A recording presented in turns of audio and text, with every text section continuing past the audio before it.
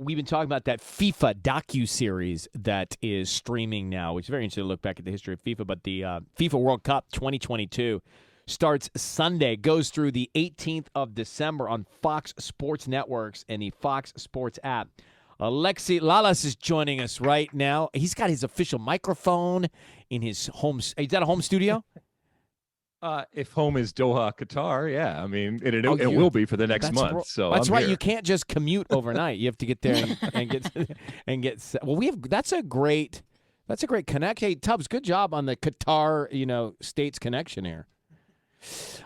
Alexi, let's just start with what is the mood like? There's a lot of buzz about this World Cup, and we'll get to it in a second. What's the mood like going into it? Yeah, so we've been here a week. We came here to do a little pre-production and some cross-promotion with the NFL. We were out at there's a military base here in Doha, so it was wonderful to be out with, all the folks from the Air Force that were out there, and it was fun. Everybody's excited. This is a really unique World Cup, and it's happening in a country the size of Connecticut, but it's happening in Doha, which is a small city, and everybody is there. Usually you have a World Cup or an Olympics and you kind of go to different places and teams go here and there. There's none of that. It's this Brigadoonish type of experience, this bubble, if you will, that's going to happen. And so that makes it really, really unique.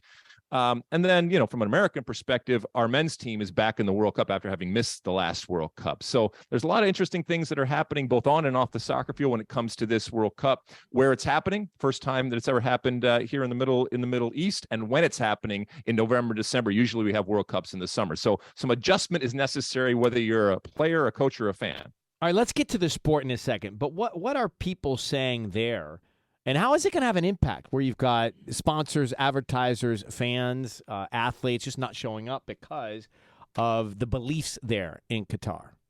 Yeah, I mean, look, I think that there's some people that just refuse to watch or refuse to go, and that's certainly their prerogative. I think there's others that are taking the tact of, we're going to come here and we're going to make sure that we highlight, because of the platform and the power that is that platform, whether it's players or coaches or just teams in general, and fans for that matter, and use the platform and use that spotlight to educate and to make people aware of problems that they see.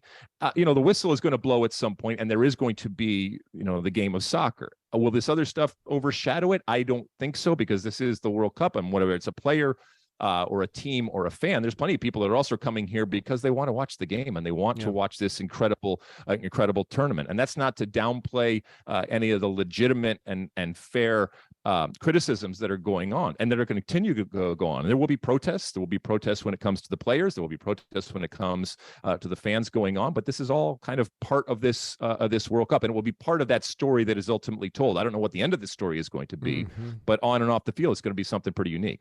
All right, let's get into what's happening on the field. So Team USA didn't qualify in 2018. They're back this year. What kind of chances they got? So it's the youngest team at the World Cup. And, we were all young once. Well, you guys are still young, but, back when I was young. Wow, thank you. Well, back when I was young, I did stupid things. I was, young and dumb, right? And so you make stupid decisions and you do stupid things. Having said that, there's also a youthful exuberance and a youthful swagger that this team has, in that I think they recognize both the responsibility, but more importantly, the opportunity, right? On their watch, this team qualified for the World Cup. On their watch, this is a team that is stacked from top to bottom with depth, with young talent that's playing at some of the best teams in the world. You got your Christian Pulisic, who's playing at Chelsea. You got Weston McKennie, who's playing at Juventus over in England. You got Brendan Aronson and Tyler Adams, who are both playing at Leeds over the EPL in England. You got a lot of really, really good players, so many that when that lineup comes out on Monday, when the U.S. plays Wales in their first game, there's going to be some really good talent that's actually sitting on the bench coming in as a substitute. And that's not something we've necessarily had in the past. So I think a lot of people are very excited about this team. You should expect this team to get out of its group. You should expect this team to make you believe as Americans. You should expect this team to make you proud when they go out there with what they do. You got me fired up. Alexi Lalas got me fired up right there. That's why he's the best analyst in town.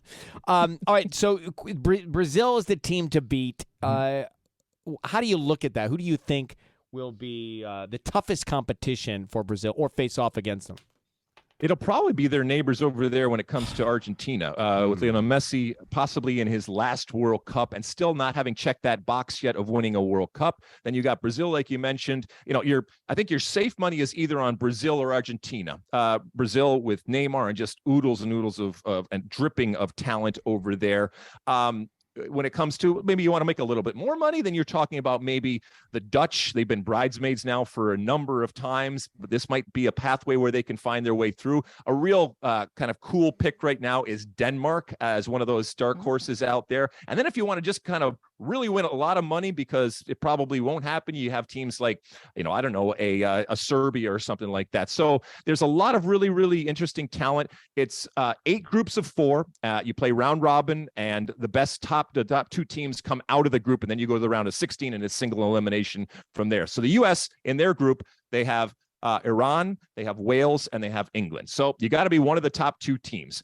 This U.S. team should beat Iran. This U.S. team should beat Wales, and you take your chances against England. Look, I would love nothing more than beat England. It warms the cockles of my redheaded heart to beat England, whether it's men's, women's, co-ed, naked. I don't care as long as we are beating England, but it's still an elite team, and so things can happen. But you got those points out there when it comes to Wales and Iran, and then we'll take our chances once we get into the round of 16, because anything can happen in one-off games. It all starts Sunday. I kind of wish we were sports analysts and broadcasters. Don't it's you know, exciting listen to that? It's different every day. But isn't that what you want to hear every morning here to get you going and get you motivated, as opposed to us moaning I'm here about to jack you guys up, man. This thing is going to be awesome. That is fire. Whether you kick the ball or not, man, we are welcoming. We have a warm, inviting type of game. The tent is big. Come on in. It's wonderful. You don't have to apologize if you've never even watched a soccer game. It's a pretty simple game. It's a beautiful game, and we will welcome you with open arms. Great Love to see. that. Hey, good luck, and congrats on the great assignment. Alexi Lalas there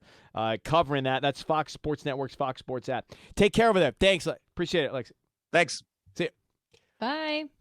See, that's what the people want. They want a sports guy to fire you up at 6 o'clock in the morning, right? I loved that.